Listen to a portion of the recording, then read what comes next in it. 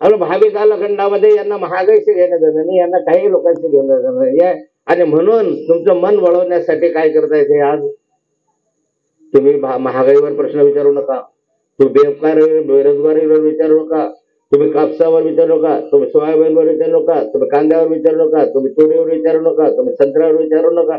तुम्ही प्रश्न विचारू नये. तुम्ही हैराण झालेले आहे, जर्जर झालेले आहे, तुमच्याकडे पैसे नाही, कर्जबाजारी झालेला आहे, तरी तुम्ही प्रश्न विचारून तुमचं मन वळवण्यासाठी भगवान श्रीरामाचा आधार हे सरकार घेत आहे. भगवान श्रीराम का तुमच्या इच्छेचे आहेत का? अरे सर्वात आधी तुम्ही बोललं पाहिजे श्रीरामावर, कारण मी कारसेवक होतो. मी अयोध्येला गेलो, पोरन सेट होते, कमल सेट होते, आम्ही कितीतरी पुऱ्या भागातले कार्यकर्ते आम्ही अयोध्येला गेलो. 15 दिवस जेलमध्ये ठेवलं, दुसऱ्यांदा 15 दिवस ठेवलं, बराबर झोळपलं, मारलं, रक्तबंबाळ केलं. तुम्ही विचारा पुरण सेटला आणि कमल सेटला 12 टक्के पडले होते. कमल सेट हाड मोडले होते सगळ्यांनी.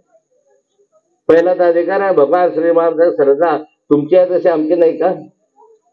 आमचा भगवान श्रीराम नाही का? पण आम्ही श्रीरामाच्या नावाचा बाजार केला नाही, राजकारण नाही केलं.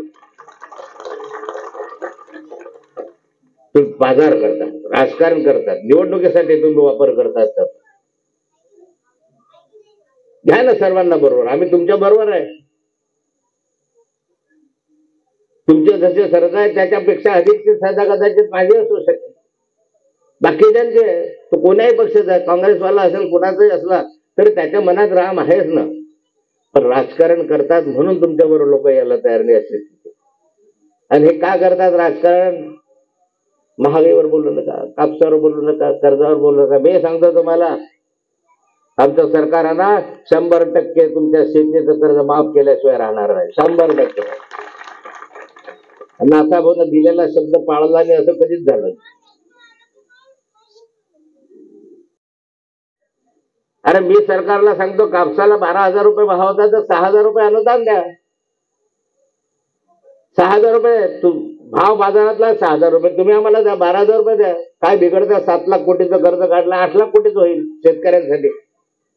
अडाणीसाठी करता, अदानीसाठी करता, रिलायन्स वाल्यासाठी करता, याच्यासाठी करता, अंबानीसाठी पैसे काढतात. शेतकऱ्यासाठी काय नाही कर्ज काढत तुम्ही? द्या ना माझ्या शेतकऱ्याला. पण शेतकऱ्याला नाही तर साऱ्या असुरक्षित आहे, अल्पसंख्याक सुरक्षित, मागासवर्गीय सुरक्षित. अहो यांची नियत चांगली नाही, हे उद्या संघटना आपलं हे बदलून टाकतील. मी तुम्हाला सांगतो घटना बदलून. डॉक्टर बाबासाहेब आंबेडकरांनी तयार केलेली घटना हे बदलवल्याशिवाय राहणार नाही. त्यांची नियत चांगली नाही. अलीकडचं जो राज्यकर्ता आहे त्याची नियत चांगली नाही. आणि म्हणून मी तुम्हाला विनंती करतो आहे की आगामी कालखंडात करा. पेरे पाटील या ठिकाणी आले,